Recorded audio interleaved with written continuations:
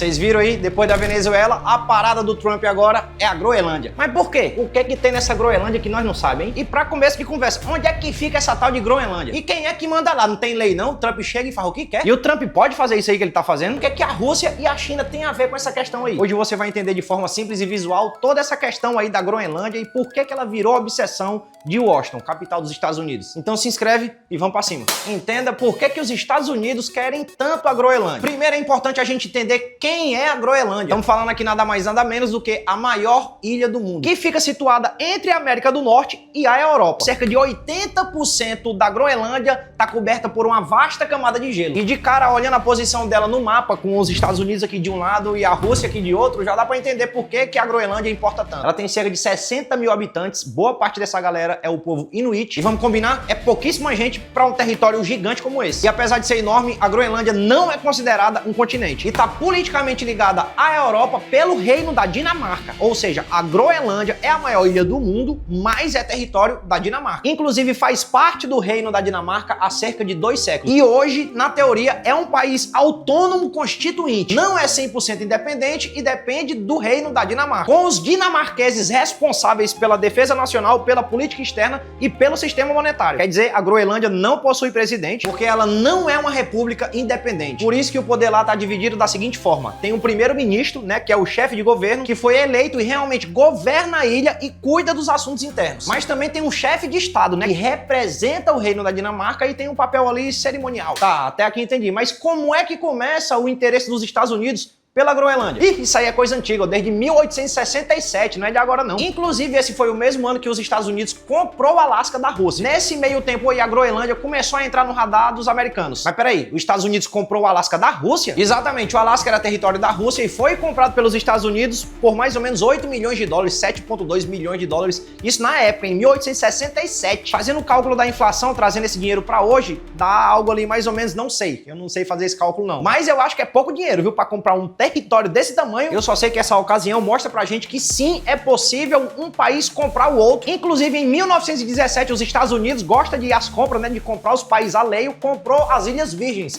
que é da Dinamarca. Aliás, eram. Segundo eles, isso foi para prevenir a expansão alemã no Caribe. E aí, como parte desse acordo, os Estados Unidos reconheceram que a Groenlândia seria parte do reino da Dinamarca. Ou seja, pode ficar aí com a Groenlândia e tal, a gente quer só as Ilhas Virgens aqui, por enquanto. Ou seja, em 1917, os Estados Unidos reconheceram a soberania dinamarquesa na Groenlândia. Quer dizer, o que Trump tá fazendo agora vai ao contrário do que foi acordado em 1917. Pra ele ter negócio de acordo, não. Eu quero a Groenlândia e acabou. Mas esse negócio aí de tá comprando o país dos outros aí, por que isso acontece? Basicamente é como se fosse um grande acordo imobiliário. Quando é que as pessoas precisam vender as suas coisas? Quando estão precisando de dinheiro. Isso não é diferente com os países. Ou esses países vendem porque estão precisando de dinheiro rápido, ou então porque eles não conseguem de alguma forma cuidar daquela região ou proteger aquela região. Por outro lado, o país que está a fim de comprar a região, no caso dos Estados Unidos, observa ali uma oportunidade de dinheiro, principalmente para explorar os recursos naturais daquela região e para ter uma posição estratégica militarmente falando. E foi exatamente sob esse olhar que os Estados Unidos voltaram a sua atenção para a Groenlândia. Porque agro é tech, agro é agro e agro é top. Depois da Guerra Civil, os Estados Unidos estavam naquela expansão e um relatório encomendado pelo governo já destacava as riquezas da Groenlândia. Que era o quê? Pesca, vida selvagem e um mineralzinho chamado ali criolita, que era muito importante na indústria de alumínio ali da época e era usado para fazer aviões. Já naquela época, a ideia de compra dos Estados Unidos pela Groenlândia foi discutida, foi até postada no jornal, mas foi descartada, porque o lugar era visto como hostil, difícil e caro de ocupar. Porém, na Segunda Guerra Mundial, tudo mudou,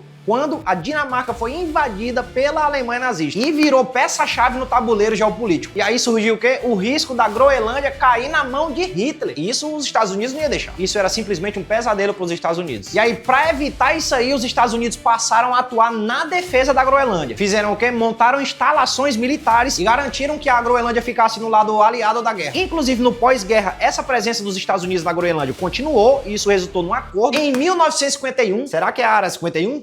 Não, nada a ver. Permitindo, de fato, bases militares dos Estados Unidos no território da Groenlândia, como a base aérea de Thule, que virou praticamente posto de observação contra mísseis soviéticos ali na Guerra Fria. E aí a Grogro ficou como? No meio do fogo cruzado aqui na Guerra Fria. De um lado os Estados Unidos, do outro a União Soviética. Tá massa aqui teus vizinhos. Qual é o caminho mais curto de um ataque russo pros Estados Unidos? É aqui pelo Ártico. Ou seja, a Groenlândia é extremamente importante para os Estados Unidos para estar monitorando esses missilzinhos aí de vez em quando. O que dá para entender até aqui? Até esse momento, a importância da Groenlândia para os Estados Unidos era basicamente estratégica, de posição ali, militarmente falando. Só que aí a parada começou a mudar. Entrou um novo fator no jogo.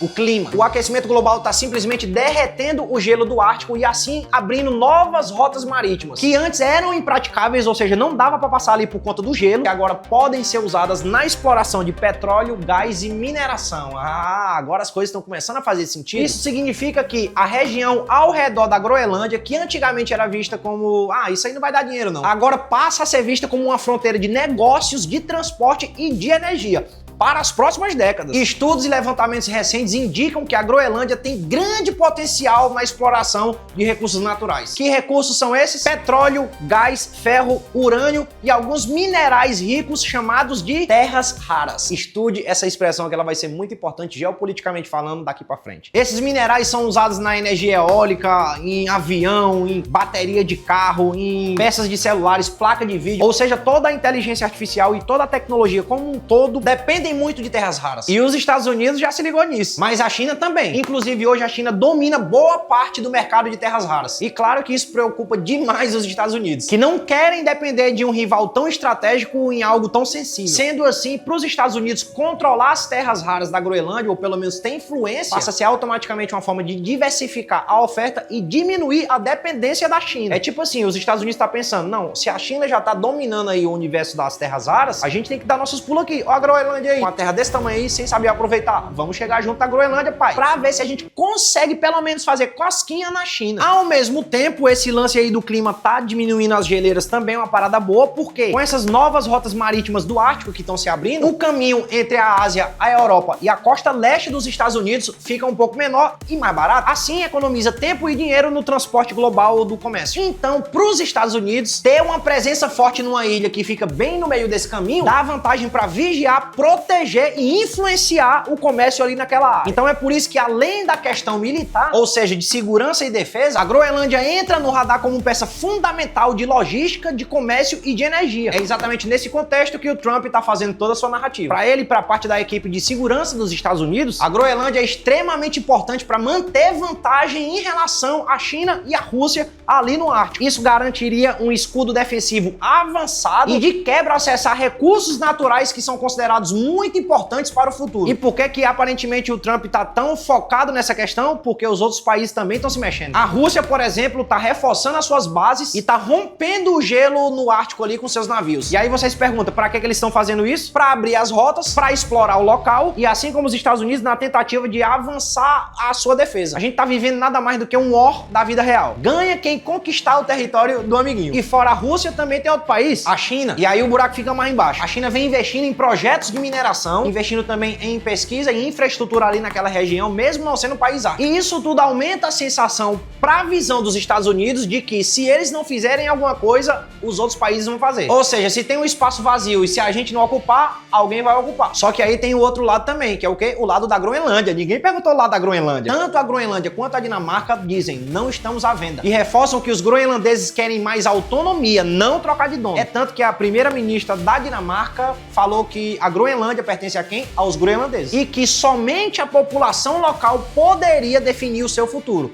não os Estados Unidos. Na prática, os Estados Unidos já têm o que mais interessa: acesso militar garantido por tratado, presença em base estratégica e espaço para investir em energia e mineração. Tudo isso dentro das leis locais. Por isso que a decisão de compra ou até de anexação do território da Groenlândia para os Estados Unidos é tão complicada, porque não é só chegar lá e comprar. Tudo isso envolve a Dinamarca, a população local, a OTAN OTAN e principalmente a comunidade internacional, que tá se envolvendo na parada cada vez mais, né? O lance da Rússia e da China. Por isso, mesmo que o discurso seja querer a Groenlândia, o que se vê na prática é uma combinação de pressão política, acordos de defesa e uma disputa silenciosa por influência. E não um cheque na mesa que vai resolver tudo. Agora a questão é, será que esse desejo de Trump e dos Estados Unidos vai ficar só na falácia ou eles vão fazer a mesma coisa que eles fizeram com a Venezuela? Agora, nesse momento, é muito cedo pra falar. O que a gente tem que fazer é acompanhar pra ver qual vai ser a próxima jogada desse tabuleiro. E aí, deu pra entender tudo? Faltou alguma coisa? Comenta aqui embaixo, deixa uma curtida e se inscreve pra ver mais vídeos como esse.